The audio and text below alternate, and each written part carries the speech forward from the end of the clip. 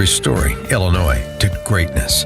This is Illinois Rising, presented by the Illinois Policy Institute and hosted by AM 560's Dan Proft.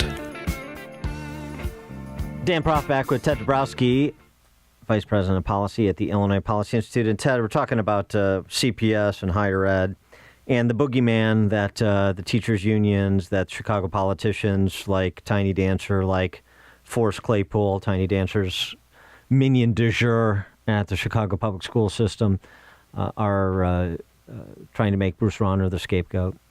And I guess if I'm Governor Rauner and I've said, well, you know, this you're going to have to make some difficult decisions. We may have to put CPS through bankruptcy to reorganize it, reorganize the debt, restructure the system so that it produces something more closely approximating what it's supposed to produce, educated children, at reasonable prices that are affordable, with reasonable salaries and benefits that are affordable, respectful of the job that teachers and others in the system do, but also respectful of the taxpayers financing it all. If they rebuke him like they've rebuked him and suggest that it's not a fair deal and all of the finger pointing, or half finger pointing in the case of Tiny Dancer, at some point, if you're the governor, do you just say, okay, you want my help? Your system. Figure it out. Go ahead. You guys have the code cracked there, despite the fact you're junk rated and bankrupt CPS, and the city is one step above junk rated and has pension funds circling the drain. You guys have a handle on it. Go to it.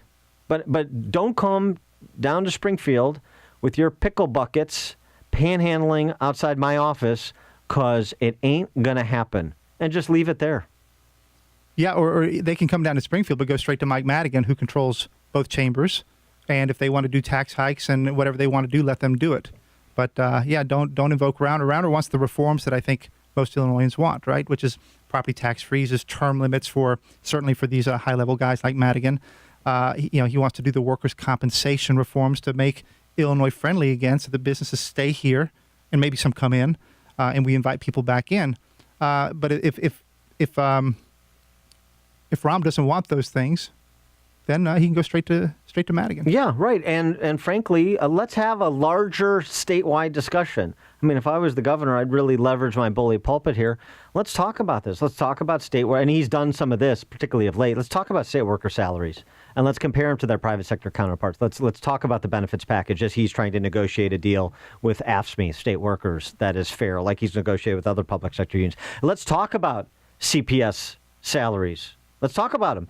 The work that you've done at Illinois Policy Institute, find CPS teachers, Chicago Public School teachers, faring pretty well in terms of total compensation package, including salary lifetime earnings, as compared to places that have a much higher cost of living, like New York. Well, not just pretty well; they're number one. You know, when you that's take pretty well. Yeah, that's pretty well. Yeah. And the pensions, of course, which tend to be richer than anywhere else in the nation. So it's pretty good. I think Rauner's right to hold down and say, listen, I'm not going to do anything if you don't want to reform. And you look at Chicago. What have they done to themselves? They didn't put in the money to pensions. They placated the unions over and over, not just in higher and higher pay for teachers, but also by we'll see 2012 by caving into the unions. They've got the fraud going on with Barbara Byrd Bennett.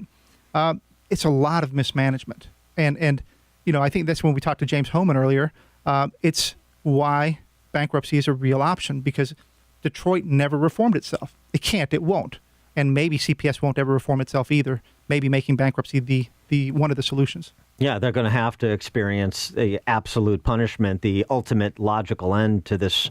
To these policy choices before they're willing to do anything. And frankly, I think Governor Rauner in this second year needs to be a little bit more like Governor Christie in his first year as governor of New Jersey. And he needs to tell people who are just trying to scapegoat him and demagogue these issues where to get off, and communicate around and over them to the people who see these numbers and they can't believe it. They're aghast if they're not out the door.